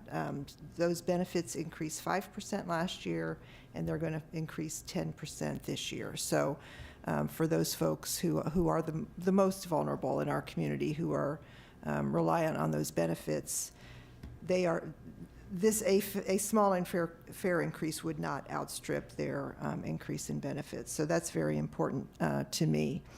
But I also think about the value to the customer from when they pay their fare. You know, the last time we had a fare increase was a number of years ago, going on 10 years ago. So what's happened since then? I've written down about, just off the top of my head, about a dozen improvements in the customer experience since then. The Orange Line opened, the FX Division Line opened, the extension of the Red Line is taking place. There are more bus stop amenities, electric buses, more digital tools for customers, the Hop Card with fare capping, and we've been told fare capping has saved millions of dollars in fares for customers. Newer light rail vehicles. We've got a younger bus fleet, renewable diesel and sustainable electric power. The low-income fare has been adopted since our last fare increase. And we retained a very large share of our service, even despite changes during the pandemic. So I think we have a good story to tell the community that you've been paying the same, and in fact, with inflation in real dollars, for those who are economists, fares have actually gone down because of inflation in real dollars. You're not paying any more out of pocket, but you've gained a system that has so much more value to you. And I think we have a good story to tell, and I think we can say that a fare increase, for example, of 20 cents, that's a less than 10% fare increase for a really world-class transit system. So that's to me a compelling story, and I think justifies some action by us in the near future on fares. I'm looking for other board member positions. Director Kim. Thank you. In this closed universe, narrow, set of three options, the one that as I've iterated before, one that I dislike the least is the September 2024 increase, that is the most later date, as well as that gives more time for folks to prepare. The way I'm thinking about this is, number one, any increase is good for the agency. We haven't done an increase in a long while. Two, we cannot demonize any of the three options. We're all doing this so that our agencies can move forward. And then I sort of think about the practical aspects of sort of earlier increase, public perception, rush job. Hop system's not even set up. We don't even know how this thing's going to work out within a year. But for me, at the heart level, the most important thing to me is giving the public more time to socialize with the idea of increase, I guess, planned increase. It would be a planned increase. That would also give more time not just to the public, but to different jurisdictions that this is happening. Our TriMet's hands are tied. For the financial sustainability, we had to make an increase. But at the very least, what we can do is not going to do a rush job, but also going to give the more time, as much time as we could to the public to prepare for that, so that the essential workers and the transit-dependent riders are least impacted. Now, lastly, as I think about, well, will they be least impacted by a smaller amount sooner versus more amount later? I sort of think of it like a waiting to receive, opting in to receive a Social Security. Like, hey, do you want it sooner or later? And really, sooner check positively impacts that particular individual, whereas deferred check, though it may be a larger amount, it's not today. It's way down the road. So when I think about least impact, immediate impact on the essential workers and the transit-dependent riders, I'm thinking farther down the road. Thank you. Director Lewis, where are you with these proposals? Well, an increase will impact our riders, and no increase will impact our riders. And I think both will impact the staff as well. I sit in the middle at the 30%, 30 cents, 30%. 30 cents starting, the 30 cents fare. Okay. And Director Bauman, you were at 20 cents. I am indeed, yes. And I'm at 20 cents. You're at 30 cents. Director Kim? No, I wouldn't characterize it as 30 cents. I'm thinking of more in terms of timeline, right? But I'm not for increasing more, let's be sure. I'm for increasing at a later date. But that is at 30 cents. Right. Yes. But then when you say it like that, on the record, it looks like Director Kim is for more money increase, right? Well. So let's say it in a full sentence. Okay. You Thank can you. say it in whatever sentence you want. Director Edwards, where are you? I'm at 50 cents. No, just kidding. I guess I have a little bit of a concern, and I agree with Director Kim in regards to the time frame. I'd like to have more time to prepare folks. But at the same time, I'm also concerned about, is 20 cents sustainable? Do we, something happens in the next 3 or 4 years, and then we say, okay, now we got to go to 40 cents, or maybe we have to go to 30 cents, or whatever. But it's an increase above what we had already proposed. That's my concern. And so, time-wise, I'm leaning toward the proposal with the 40 cents, because that would put us out to September 24. But I'm certainly amenable to the 30 cents in January of 24. Okay. Director Way.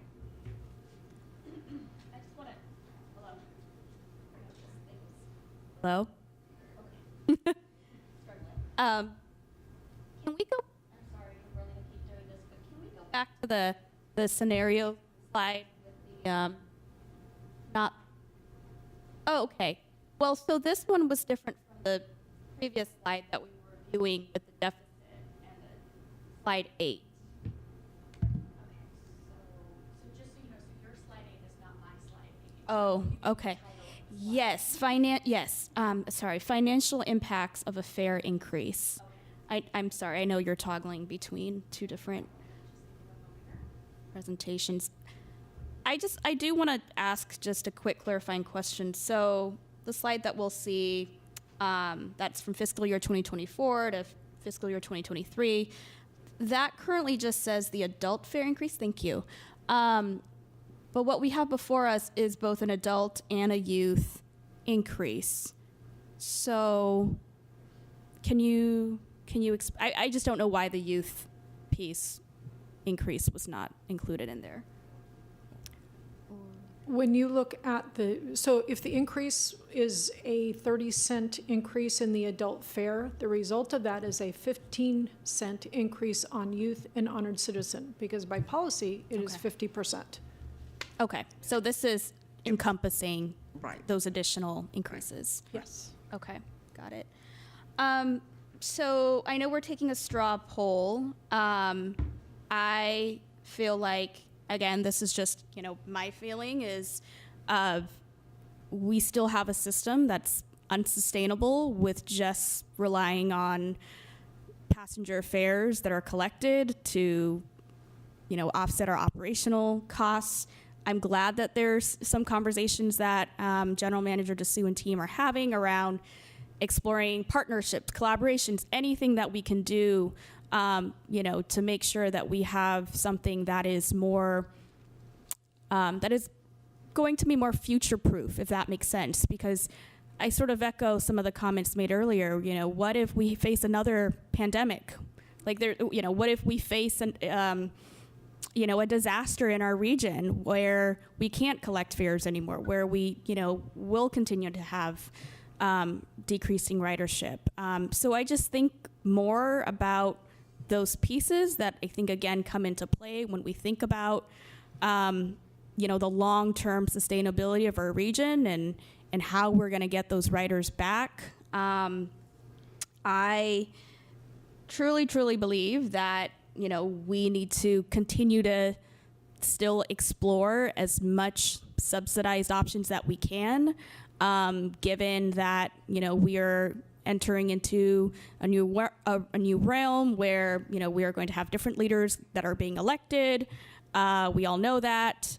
And this is a continued chance to talk about why TriMet is the best system. And I agree with everybody. I'm so proud of our transit system, having been a product of that system as a high school student way back when. And so I just feel like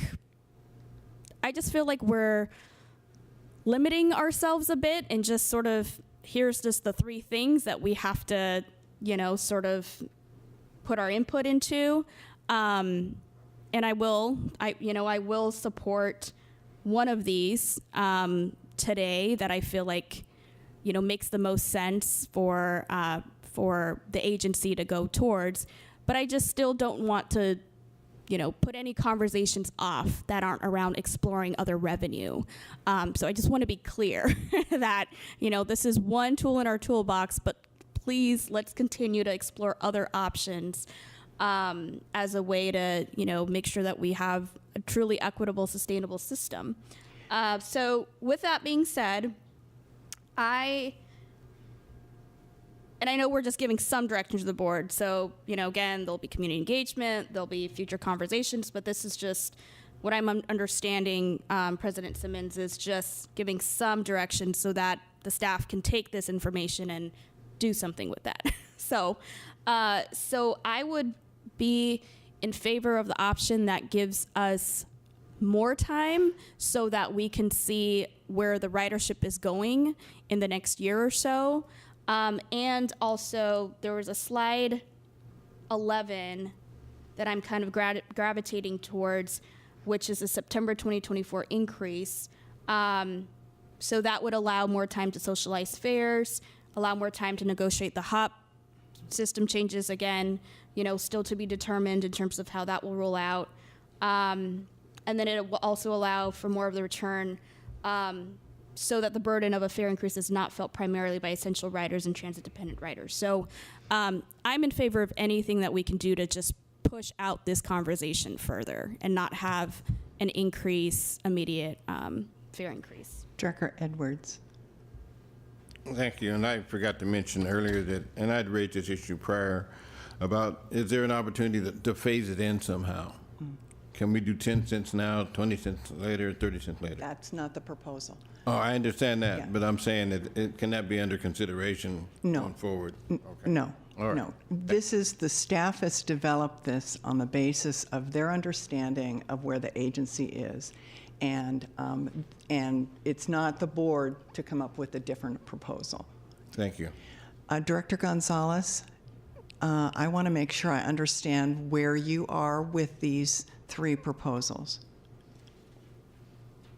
The one that I find easiest to support out of all of this is the September 23 20-cent increase. Okay, okay.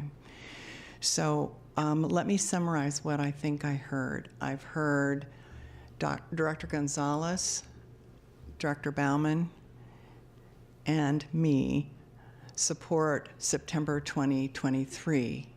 I've heard Director Lewis and Director Kim and Director Edwards supporting January 2024 at 30 cents.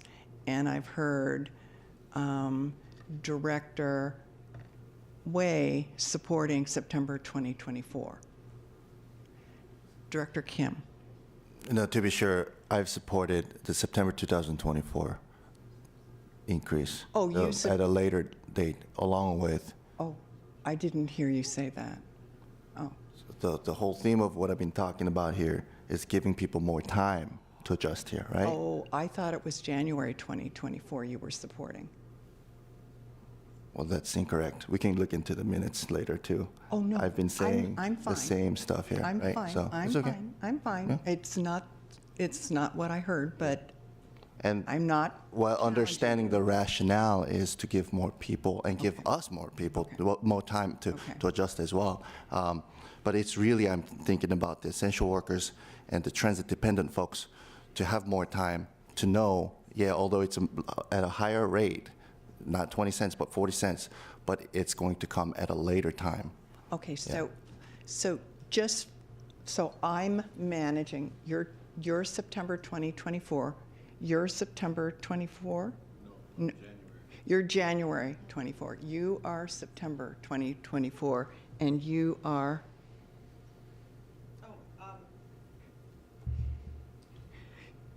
January 2024.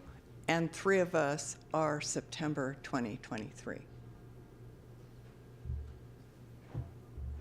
So, Director, So we were just over here whispering. What we heard, tell us if we're wrong.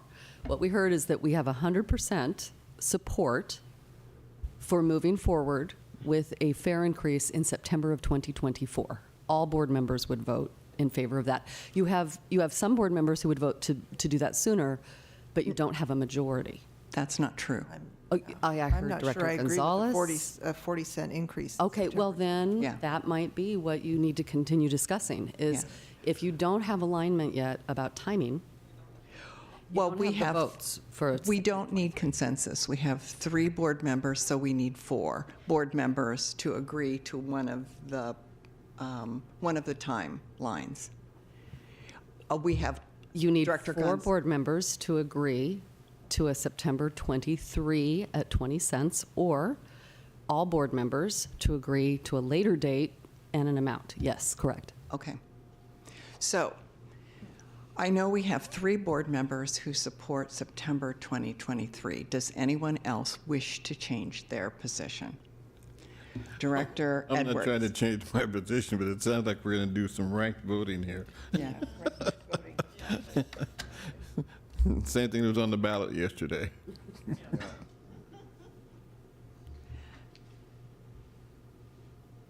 I've got a question.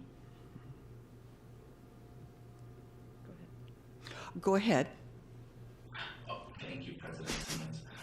So seeing where we are right now at this time in the discussion, it feels apropos to bring to the table a question regarding the time versus the time element of this. I know I'm hearing some fellow board members interested in making sure that we've created a ample time scenario for making this change. And I wanted to to hear from the agency, if there's anyone on staff that can speak to this notion that September 2023, regardless of the sense changing, that September 2023 would present a crunch from a timing perspective to be able to do all of the things we would need to do to make a change of this nature. Does that, can someone please let us know if that timeline sounds accelerated and aggressive, or presents any risks that we have not, from an implementation standpoint, that we have not had a chance to hear about? Thank you, Director Gonzalez. So as we discussed earlier, there is some challenges in a September 2023 implementation that specifically, looking at our HOP system, we've got, just the time to make the changes to the HOP system. There is a challenge there. There are some exceptions that we'll need to reach out to our partners, which is C-Tran and Streetcar, for those changes.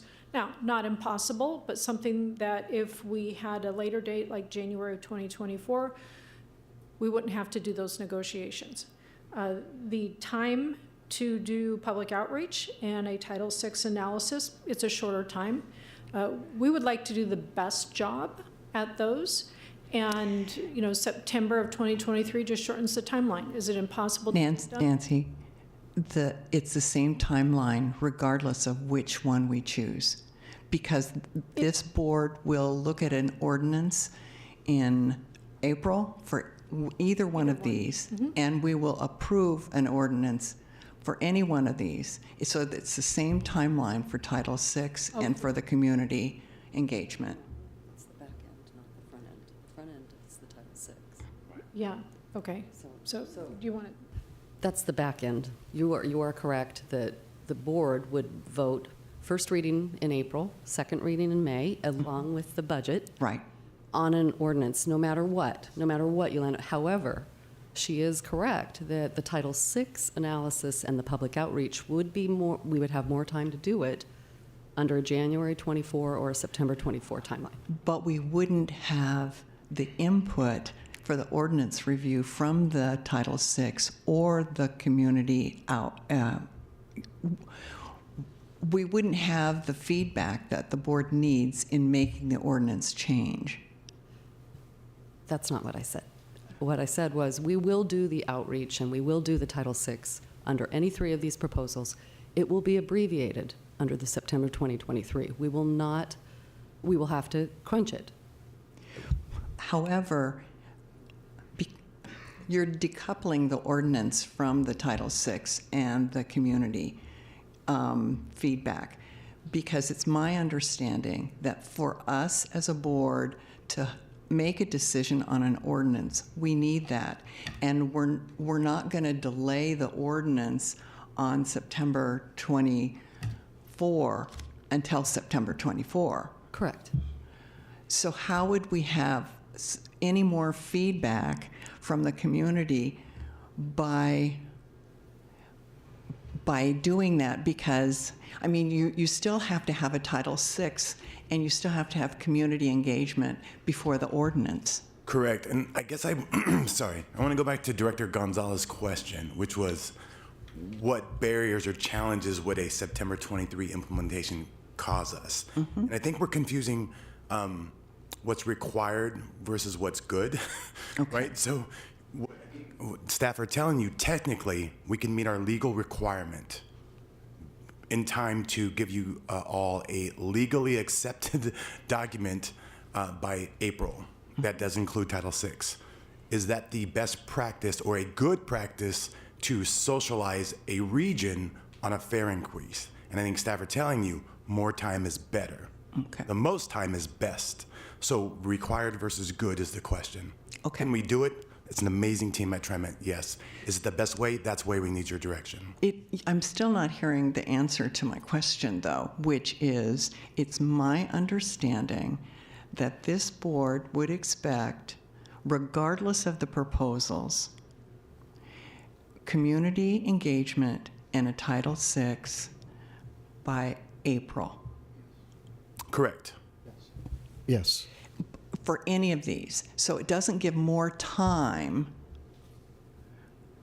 I think, and I think this gets back to what Director Edwards said earlier. How much time will it take TriMet and our partners to educate and socialize a fare change for the region? Well, that's And how much time very would it take? different. That's very different. I'm talking about the community engagement and the Title VI review, regardless of the proposals, would need to be done by April of this year. Right. The board cannot vote Okay. unless we give you that product. Thank you. That's the point I'm trying to make. So yes, there's more time to socialize the community for it, but there's And more time to do the technical operations with our e-fare system and our contracts. sure, But you- sure. okay. And I get that. I just want to make sure we're talking apples to apples, and my understanding is correct, and that the board individually or collectively don't believe that we would have more time for community engagement, because we would not. If we chose September 2024, we would make that decision in April. We would consider a second vote in May, and we would be done with it. It would go into effect in September of 2024. I mean, it's not something that a future board would undo. It would be something that this board put into place. Okay? Director Bauman, and then Director Edwards. So this accelerated process to have an ordinance ready in April would be required if a fare increase takes place during the upcoming fiscal year, right? But if fare increase is in a future fiscal year, we don't have to have an ordinance No, with the fare increase by April. that's not true.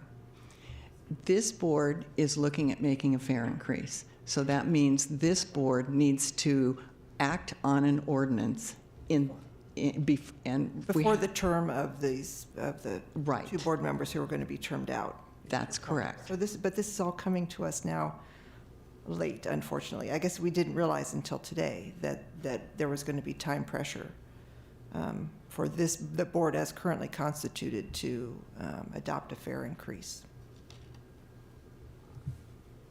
Director Edwards. May I speak? Yeah, Director Gonzalez. I don't see. Thank you. I really appreciate us diving into this question a little bit. What I'm understanding from it is that as proposed currently, we're looking at making a decision within the same timeline, regardless of what that decision is, where the option lies is not in the timeline for making the decision, it's in the timeline for making that decision go into effect. Correct. And if I understand correctly, what we're looking at here are three different scenarios where we're giving each of them the same amount of time to go through the ordinance process, the decision process, the public hearing process, so that our decision is made at a future board meeting. And it sounds to me like we're looking at that this coming budget cycle to make the decision, regardless of which one it is. That's correct. So what I want to bring a highlight for the sake of the board is that the time window that we're giving ourselves by going out to September 2024 is essentially a larger window for the agency to work out the implementation side of this, and for the public to work through the adjusting their life to absorbing this change, which will give us more time to give the public to be able to reflect on the decision we made, which is already baked into a future date. So that's one thing I wanted to articulate for the sake of the board. I'm not so sure that I'm not seeing a major upside here to making the decision at the same time, but pushing out the implementation or when that decision goes into effect. What I do see is a larger jump that needs to be made because we're pushing out the implementation. And what I'm also seeing is that the incremental, based on the proposals, the incremental changes to the fare are, at this time, we're saying we're willing to take larger incremental increases once that first one goes into effect. So in more basic terms, I think where the September 2024 40-cent decision lands us is that we're saying we're okay with making this decision now, so long as the implementation goes out later, and so long as the incremental increases, we're okay to accept larger incremental increases for the sake of waiting longer to implement the first one. And it sounds, and I'm just reflecting that because it's what I think we would be doing if we go ahead and move into 2024. I'm debating right now whether I'd be willing to support that 40-cent increase in 2024.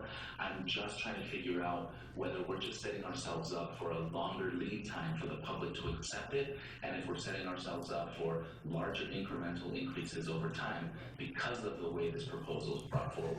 Well, and the thing that the September 2024 is problematic for me is because where the cliff is in 2027, and it puts us closer, I just think delaying more and gives more time that we haven't had a fare increase, and I think it preconditions the community to think that we can do anything we want without the resources that we need to have.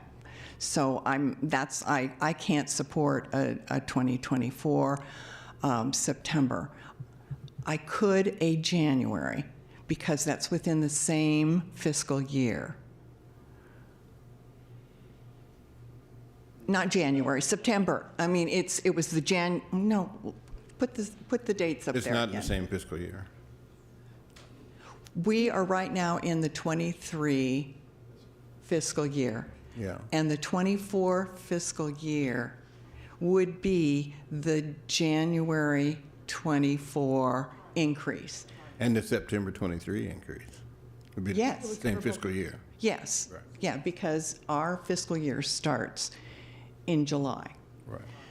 So would you please put up the options so I can get the dates right in my mind?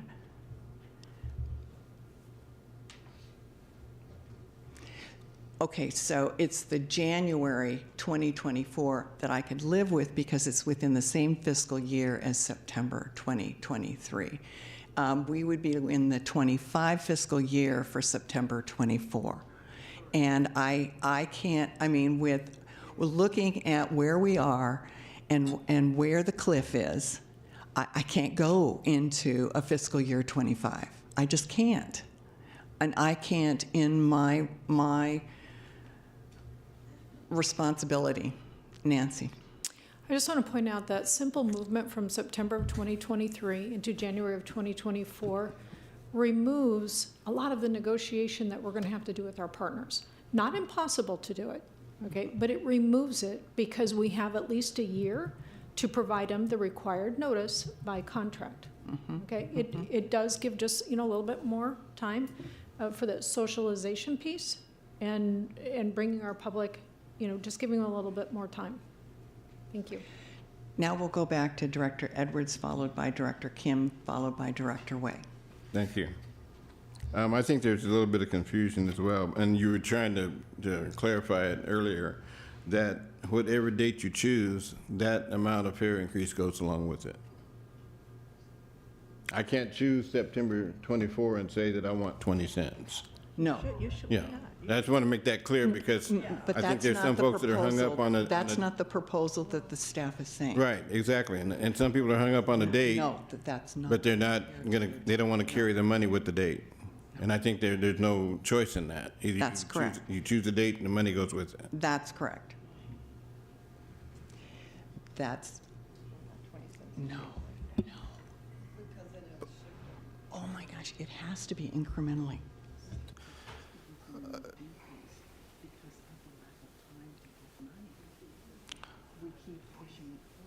May I? Excuse me, Director Kim. Thank you. I guess point of order. To be sure, all of us, any of us can vote however we choose, including abstaining from voting. I just wanted to say that Yes. to ensure that there's no gun tied to our heads and would choose this, or you can't. So we can feel free to express our comments, thoughts, potential ideas of carrying 20 cents over and so forth. But to be the most productive, however, one of these three options would be the most productive, which would be a win for the agency as we increase fare and therefore financial stability.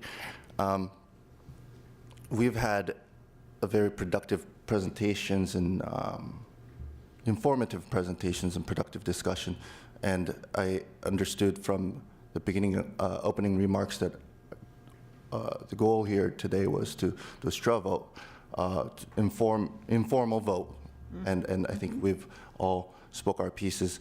So, question to you, President Simmons, is what's next in terms of the goal of this retreat, this board retreat, right? Because I keep on hearing you specifically mentioned earlier, hey, would any of the other board members willing to switch sides here?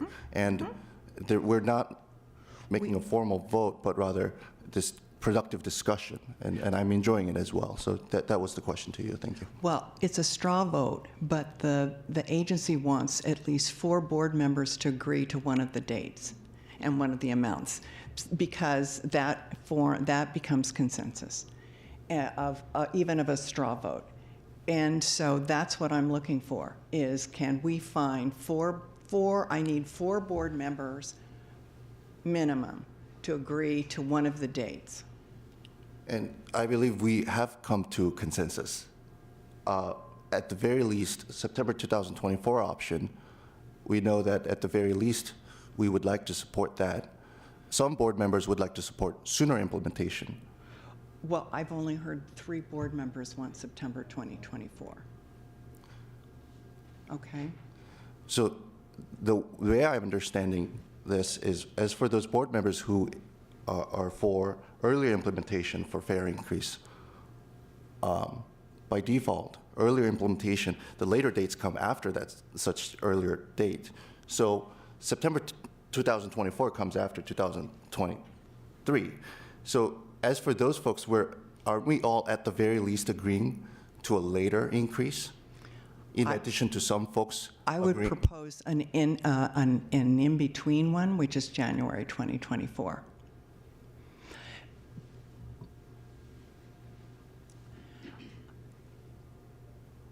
Point of order? Yes. Director Gonzalez. Thank you, President Simmons. Unless I'm misunderstanding, is the intent of the agency following this session today to come forward with a single proposal Yes. at a future board meeting for us to vote on? Yes, and we need one single proposal to start the Title VI and the community input. Understood. Well, thank you. Yeah, I think that, for the sake So- of discussion today, I think it's worth just bringing out loud, that we're really looking at the timing of this. Clearly, it's not. I'm not hearing us discussing the concept of the need for fiscal solvency. It's really about the timeline and what is the most responsible way to go about this.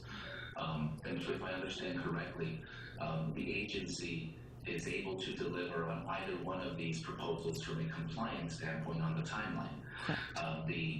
A little more time allows us the benefit of course, less rushing per se, but it will allow us to have that much more of a resolute process of public engagement as well as interagency coordination. Yeah. So that's where I see an upside to providing a little bit more time. Right. I don't foresee the public loving any of these, regardless of whether it's Right. in 1 year or in 2 years or in 3 years. So I want to put that out, and that's why I see less of a jump sooner, frankly more advantageous than a bigger jump later, because the public will feel the bigger jump more. Yes. regardless of when it occurs. So I'm going to ask for the vote again of where people are. Director Lewis. 30 cents and at January 2024. Director Bauman. I'll say preliminarily that this logistics issue about having to give our partners a year's notice is very persuasive to me. So that puts me at January 2024 at 30 cents, which is still less than a 15% increase. And I vote for January 2024. Director Kim, I vote for September 2024 with 40 cents. That gives the most time for the essential workers and transit-dependent folks to prepare accordingly. January 24. I'll also be September 2024. Ozzy? I believe striking the balance of January 2024 at 30 cents is a preferable option. Okay. So staff, that's the direction that the board gives to you. My computer's gone dead.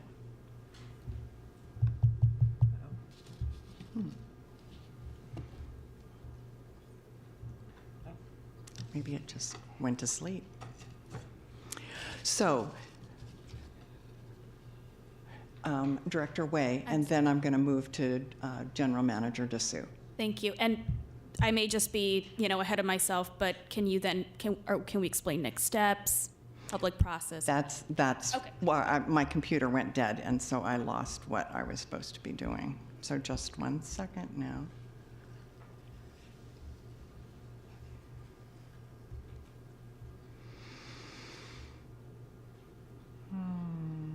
Okay, so General Manager, you've heard what we've said. We've indicated a January 2024 date for a fare increase, and so what are you thinking are the next steps?